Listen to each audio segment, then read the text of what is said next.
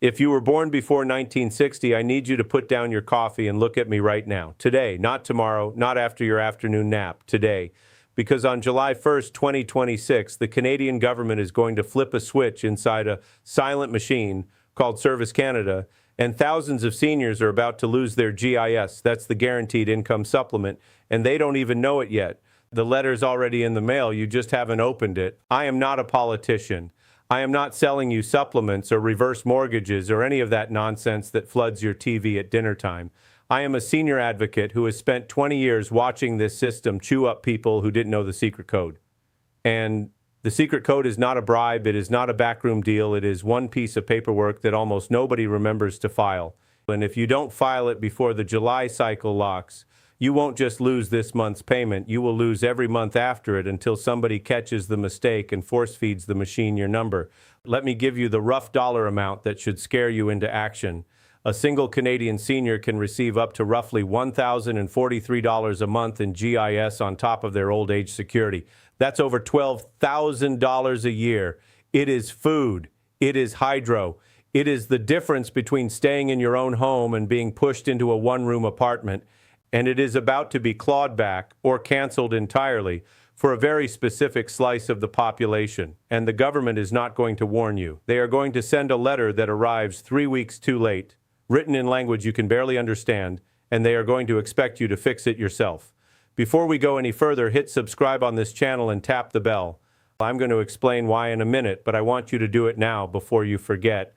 The system updates every 90 days, and the next rule is dropping in late September. If you're not subscribed, you'll miss it completely.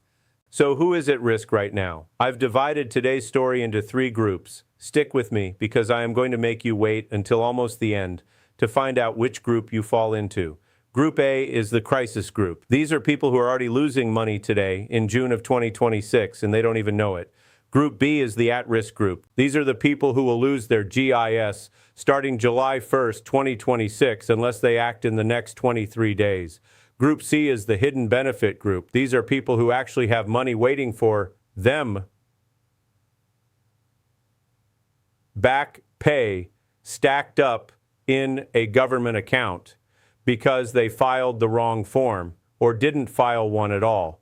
3 groups, 1 video, and I'm going to walk you through each one before I tell you where you sit. Now, before I can explain the 3 groups, I need to explain the why. This is the part where most people get lost and click away. Don't. Stay with me.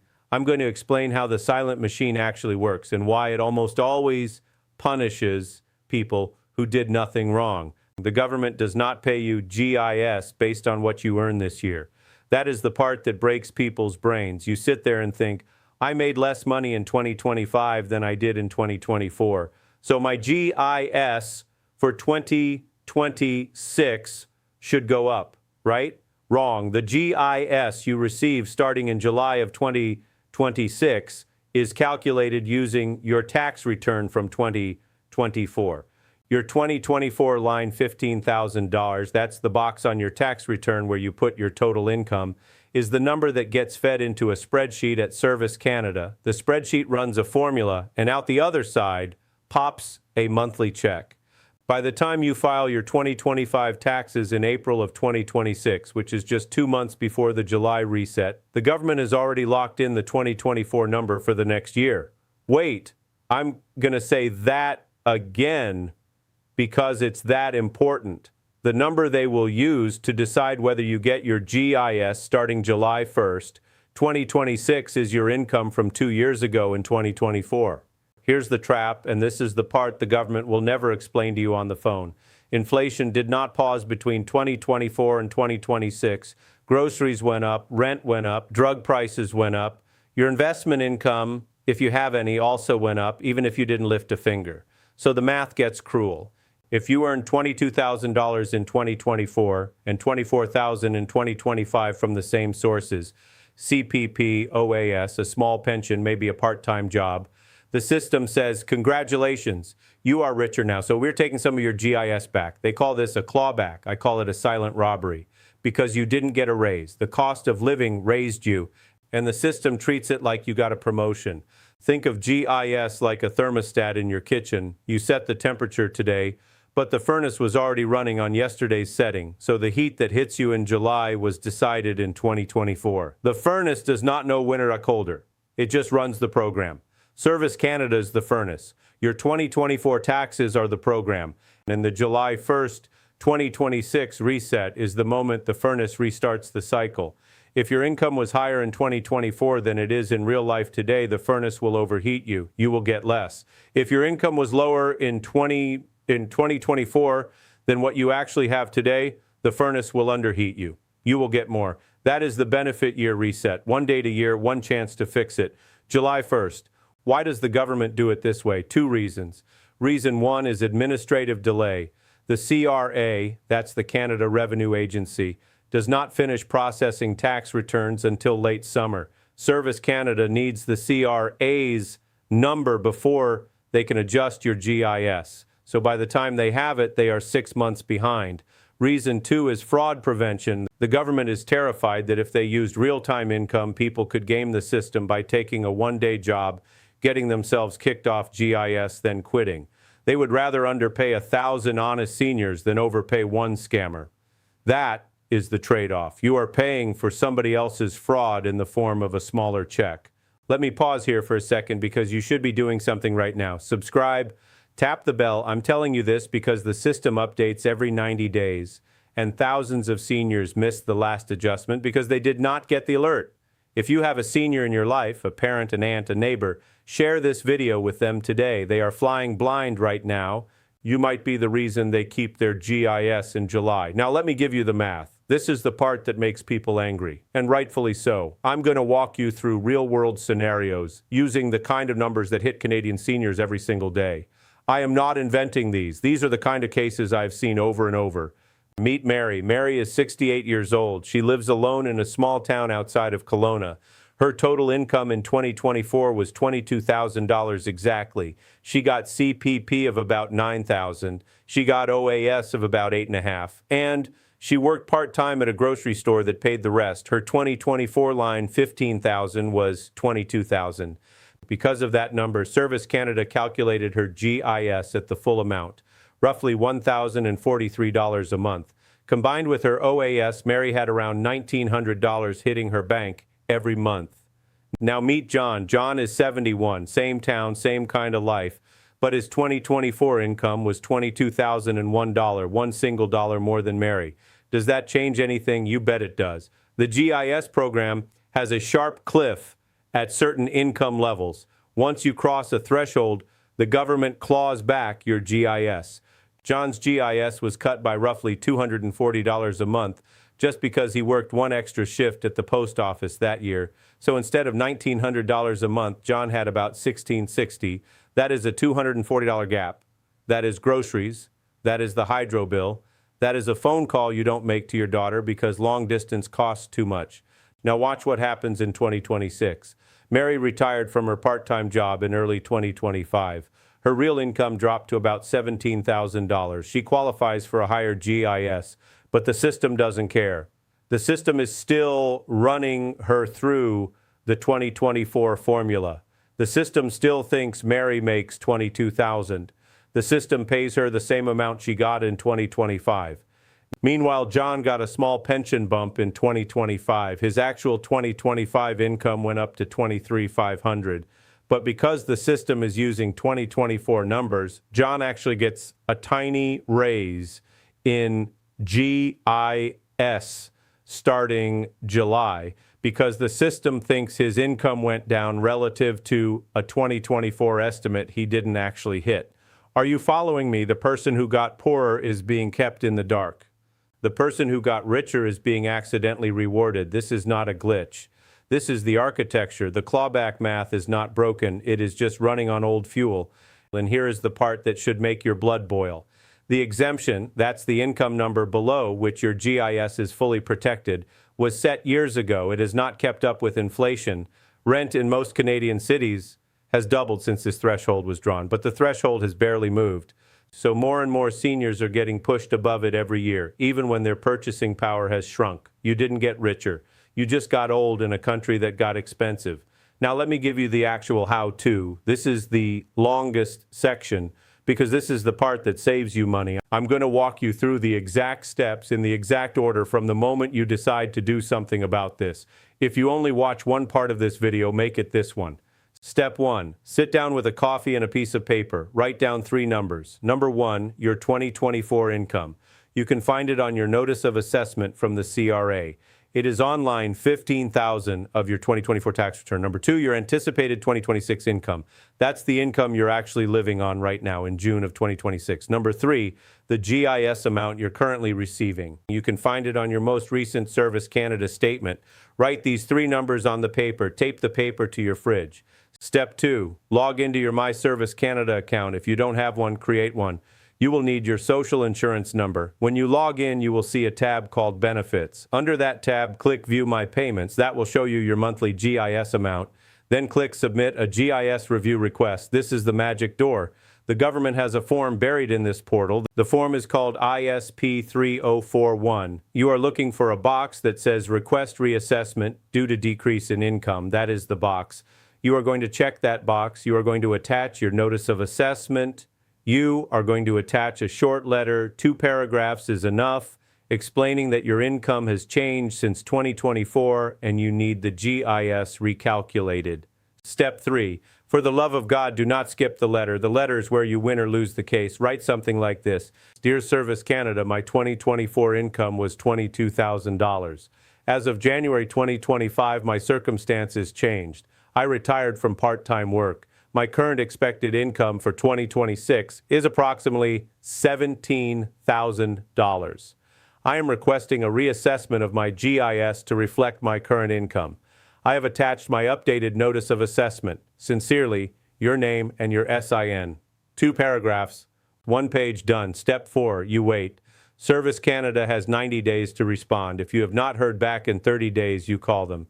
If it is past 60 days, you call your member of parliament. I will explain how in a moment. Step 5, if you cannot do this online, and many seniors cannot, and that is nothing to be ashamed of, you do it on the phone. The number is 1-800-566-OAS. That is 1-800-566-627.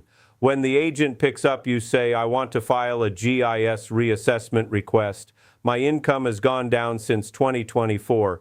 Please transfer me to the GIS review department.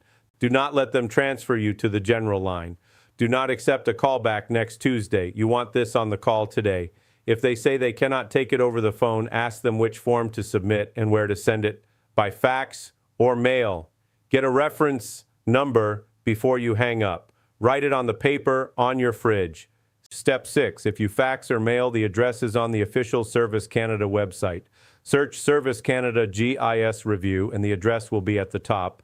Do not trust any other address that shows up in a search result from someone who is not a government.ca URL. Scammers buy fake addresses at the top of search ads, and they are very good at looking real. Step 7.